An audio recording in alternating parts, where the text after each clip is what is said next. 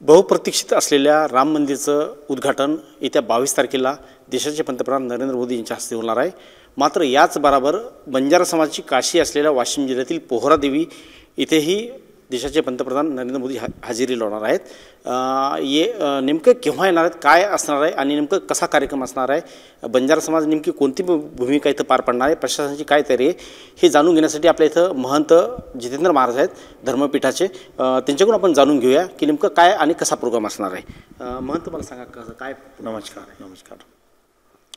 या महिन्याच्या अखेरीस जानेवारी महिन्याच्या शेवटी आणि फेब्रुवारी महिन्याच्या पहिल्या आठवड्यामध्ये देशाचे पंतप्रधान नरेंद्रजी मोदी साहेब पोहरादेवीला निश्चित येणार असल्याच्या आमच्याकडे काही माहिती आहेत।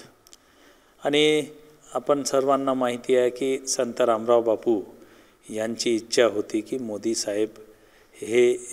साहेबांचा एकदा पोहरादेवीला दौरा असावा, म्हणून त्यांनी आजारपणामध्ये मोदी साहेबांची दिल्ली येथे जाऊन भेट घेतली होती आणि मोदी साहेबांनी त्यांना शब्द दिला होता की मी एकदा पोहरादेवीला येणार। तर आता आमच्या सगळ्या बंजारा समाजाची, संत महंत आणि संपूर्ण बंजारा बांधवांची अशी इच्छा आहे की आपल्या या धर्मस्थानी मोदी साहेब यावेत आणि समाजाचे जे काही प्रश्न आहेत त्या ठिकाणी आम्ही मोदी साहेबांच्या कानावरती प्रचंड जनसमुदायामध्ये लाखोच्या संख्येमध्ये लोकांच्या उपस्थितीमध्ये आम्ही मोदी साहेबांकडे काही आमचे प्रश्न त्यांच्या कानावरती टाकू। नेमकं तिथं आल्यानंतर मोदी साहेब नेमकं काय करणार आहे, कोणत्या वास्तूचं उद्घाटन वगैरे काय करणार आहे, काही माहिती? मोदी साहेब त्या ठिकाणी आल्यानंतर ते संत सेवालाल बापू रामराव महाराज यांचं समाधीचं दर्शन घेईल आणि त्यानंतर मंदिर कामाची पाहणी करेल।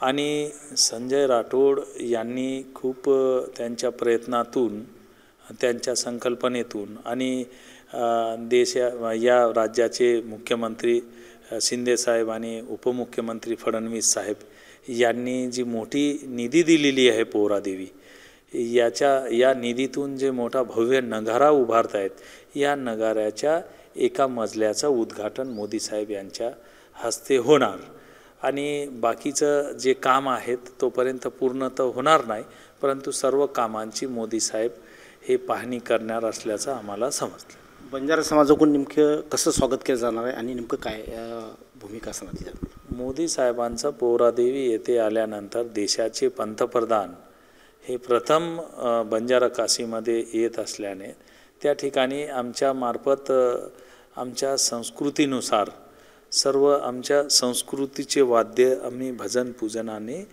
देशाच्या पंतप्रधानाचा स्वागत, मोठा जंगी स्वागत त्या ठिकाणी केल्या जाणार आहेत।